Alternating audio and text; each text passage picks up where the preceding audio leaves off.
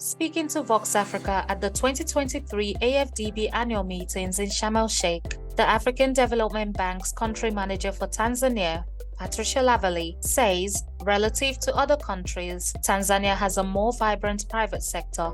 She also highlights how the AfDB Group has been working with banks and private industries in Tanzania. In addition, she spoke on the climate change interventions in Tanzania, focusing on transport, energy, and water, and how the annual meetings has successfully aided in bringing the Global Climate Adaptation Centre in dialogue to assist Tanzania with its adaptation initiatives. This meeting has been transformational for over 10 years now. There has been a global movement on climate mitigation and adaptation. Here in Sharm El Sheikh, the COP27 meeting was recently organized. So for us at the African Development Bank, we're here at the same location continuing the same sorts of discussions that took place during the COP27, but for what we're doing here is to focus on climate adaptation and mitigation issues, mobilizing private capital in response to the climate crisis that our African countries are experiencing. Relative to other countries, Tanzania has a more vibrant private sector. There are over 50 banks in financial institutions in Tanzania, and of course all of these are aimed at providing capital for privately owned and managed businesses. So in terms of what the African Development Bank has been doing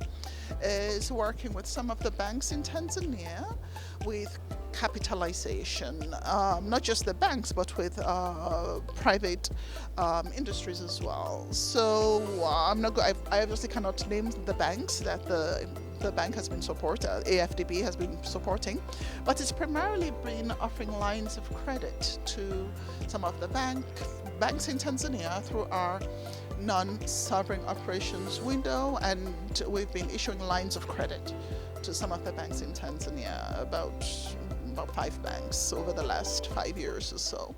Well, with respect to climate change, of course, where our interventions in Tanzania are in the transport and energy space. Over a significant proportion of our portfolio is concentrated in transport, energy, and water.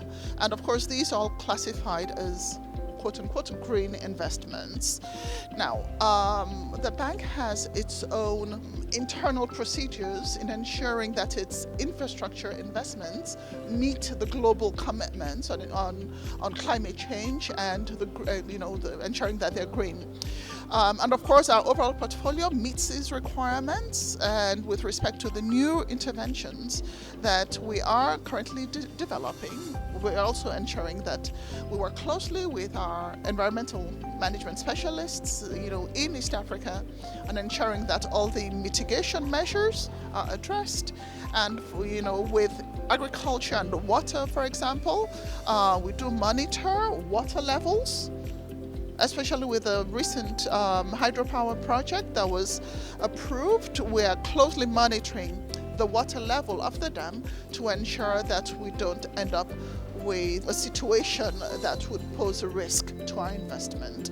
So a lot is happening in the climate change space in my portfolio, and it's a privilege to be here. We're working on bringing the Global Climate Adaptation Centre in dialogue with us in Dar es Salaam, and it's one of the best things that the Tanzanian team has managed to do during this meeting in terms of establishing contact with the CEO of the Global Climate Adaptation Centre. So all around, this has been a very fruitful meeting for not just the bank in Tanzania, but the senior leadership team. I mean, the Tanzanian delegation is led by the Honorable Vice President of the country. He was on the presidential dialogue, sharing his own views on the meetings.